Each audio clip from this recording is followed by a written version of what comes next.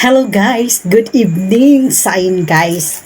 Naatay duha ka apple juice siya guys. Iba yung brand niya guys.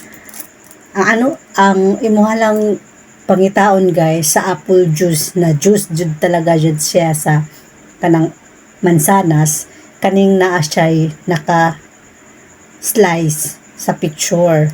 Yan kasi pure talaga yan guys. Pag nasa karton niya yung yan ba, yung picture na ganyan, naka-slice siya. Hindi tulad nung meron kasing juice na buo lang siya, walang slice. Wag yun kasi meron yung halo. Ito talaga pure talaga to guys. And then meron na tayong mixing dito guys na lemon tsaka yung olive oil. So pinaghahalo-halo na natin dito. Ito pala guys, itong solution na to guys is para po to sa mga bato-bato like gallstone. Pinakaano talaga dito is gallstone. Yung pinaka effective talaga dito guys. So ito for the first time susubukan. Ay mama. Ito talaga guys, for the first time susubukan natin tong kanilang sinasabi na sa gallstone. Pwede siya sa gallstone. So marami nang nakakapag testimony nito guys na talagang effective talaga siya guys. So ito, ang imulang buhaton din na Bisaya Tagalog na talaan eh. So kanang ang lemon imong slice, so i-squeeze nimo guys, kuhaon din nimong liso, and then yung kanyang oil, yung olive oil mismo, yung olive oil, kahit anong olive oil, pwede naman siguro kasi yung ginamit ko is cooking olive oil para sa pang salad siya guys, dressing sa salad. Meron din yung pure na olive oil, yun ay cooking naman siya. So ang ginamit ko yung pang dressing.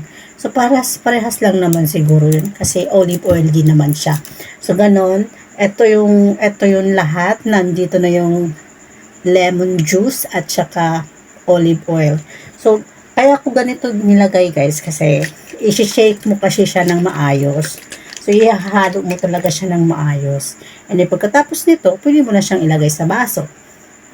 So ito naman guys, ito yung iinumin natin. Ito yung pantulak natin. So ngayon, hindi ko siya alam kung bakit may ganitong pantulak. Siguro hindi natin, ano kayang lasa nito guys. No? Talaga, hindi ko alam. Pero, tatry natin para sa health lang din naman natin to. Walang mawawala guys kasi, sayang guys, siguro naman guys, walang mawawala kung isusubukan natin to. Kasi hindi naman po siya, yung mga parang medicine talaga na ito is organic yung ating ginagamit kasi mga fruits lang itong ginagamit natin, pero sabi nga ng iba is effective. So try natin to guys. So walang mawawala kung i-try natin, di ba? So ayun guys, ang sa pag-inom nito guys is pagkakain kayo ng 6 o'clock ng gabi, dapat uminom kayo nito is mga 7:30. Inumin mo to.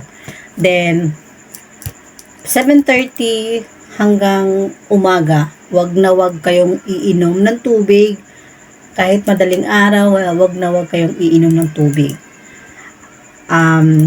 Magbibilang kayo ng 12 hours. So 8:30, so kakain kayo ng mga 9:30. Yung ganon. 9:30, bago kayo kumain, uminom kayo ng maligamgam na tubig. Within 30 minutes, tsaka lang kumain ng pagkain. So, gayon. Yun yung sinabi nung sa napanood ko na mga videos nito. So, try natin to guys. So, malapit na naman na mag 9:30. 9:30 tayo iinom. So, 9:30 tayo iinom dahil yun yung kumain tayo is 8 na. So, kailangan meron siyang, bago kumain, meron siyang 30 minutes. 1 hour and 30 minutes bago natin inumin yung ating mixtures na solution. So, ayan. Tatry natin to guys. Sana effective siya. At sana maging, meron tayong makikita. Madami kasing, alam mo yung, pag once na nag-e-evac tayo, once na tumatait tayo guys, is, meron siyang lumalabas na mga maliliit, merong malaki, ganyan kalaki, meron ganon, na kulay green. So, syempre, kakalkalin natin yung poops natin. So, wag naman diri. Yung iba, siguro, nakakadiri naman talaga, pero, try natin. Meron namang meron naman tayong gloves na gagamitin na yung tatapon na natin. So, gagamitin natin yon para makita natin kung meron ba talaga o wala. Kasi kung wala, edi, ibig sabihin lang nun, healthy na healthy yung body, di ba? So, kung meron, at least lumabas, di ba?